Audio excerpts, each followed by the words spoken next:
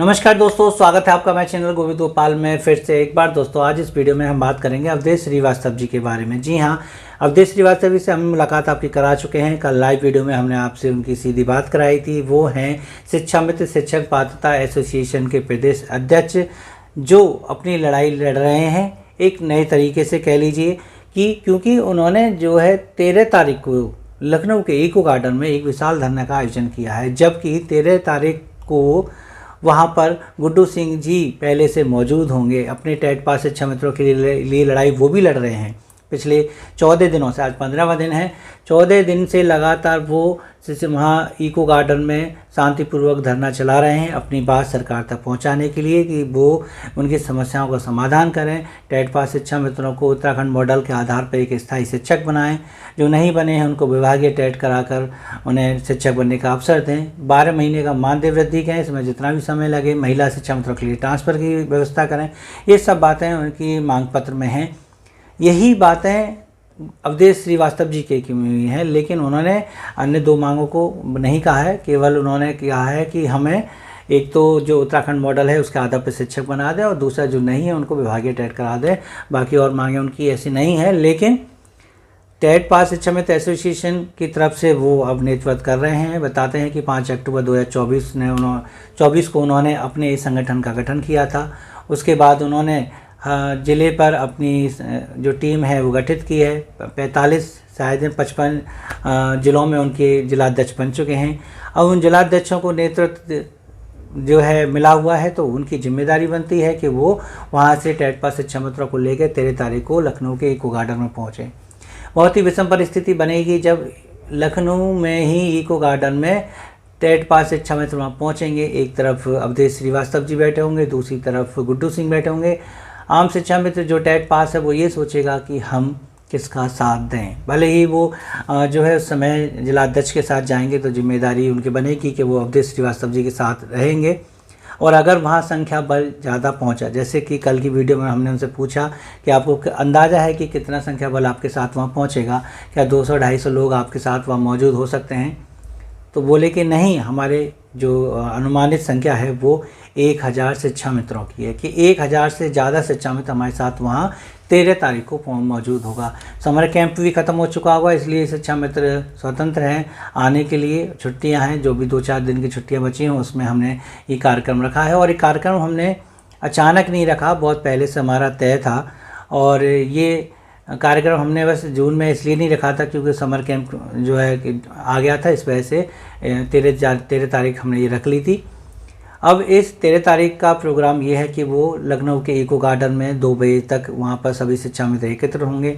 8000 ऐसे शिक्षा मित्र जो असमय इस दुनिया को छोड़ के चले गए समाज जनरत होने के बाद, उनके लिए श्रद्धांजलि सभा आयोजित की जाएगी। उसके बाद वो वहाँ से पैदल कूच करेंगे बेसिक शिक्षा निदेशालय की तरफ। अब बेसिक शिक्षा निदेशालय पे वो धरना देंगे, वहाँ प्रशासनिक अधिकारी को ज्ञापन देने का काम करेंगे या बैठेंगे, कुछ नहीं कह सकते क्योंकि सैटरडे संडे को जो है निदेशालय बंद रहेगा। वैसे उन्होंने कहा है कि 13, 14, 15 ये 3 दिन हमारे रहेंगे और 15 का संडे है, लेकिन बेसिक शिक्षा निदेशालय पर वो शायद संडे को ही ज्ञापन दें या शनिवार को ही ज्ञापन दे के धरना समाप्त करें। इसको लेके तो उन्होंने स्पष्ट नहीं कहा, वो लेके ये वहाँ समय बताएगा कितने शिक्षा मित्र हमारे साथ हैं और किस तरीके से आगे रणनीति बन रही है। माननीय मुख्यमंत्री से मुलाकात से याद आया कि उन्होंने ये कहा था कि मुझे माननीय मुख्यमंत्री से मिलने के लिए लखनऊ में आवश्यकता नहीं है, मैं गोरखपुर में ही जनता दर्शन उनके कर लूँगा और वहाँ पर अपनी मांग पत्र दे के या अपनी बात कह के संतुष्ट हो जाऊँगा। मेरी ये मांग नहीं है कि मैं लखनऊ में ही उनसे मिलूँ। मैं गया भी था, कोशिश भी की थी, लेकिन समय नहीं मिल पाया था और इस वजह से उनसे मुलाकात नहीं हुई। मैं आगे फिर कोशिश करूँगा, जनता दर्शन में ही माननीय मुख्यमंत्री से मुलाकात करके अपनी बात उन तक पहुँचा दूँगा। मेरा जो मुख्य काम होगा वो मेरा ज्ञापन देने का काम होगा, जो मुझे प्रदेश स्तर पर माननीय मुख्यमंत्री तक पहुँचाना है। तो ये सब उनकी रणनीतियाँ हैं। और अवधेश श्रीवास्तव के साथ कितने लोग हैं ये आप वहाँ जब 13 तारीख को आप भीड़ देखेंगे आपको समझ में आ जाएगा। गुड्डू सिंह का धरना भी अनवरत काफ़ी अच्छे तरीके से चला। नए तरीके से उन्होंने धरने में शांतिपूर्वक बैठकर अपनी बात सरकार तक पहुंचाई।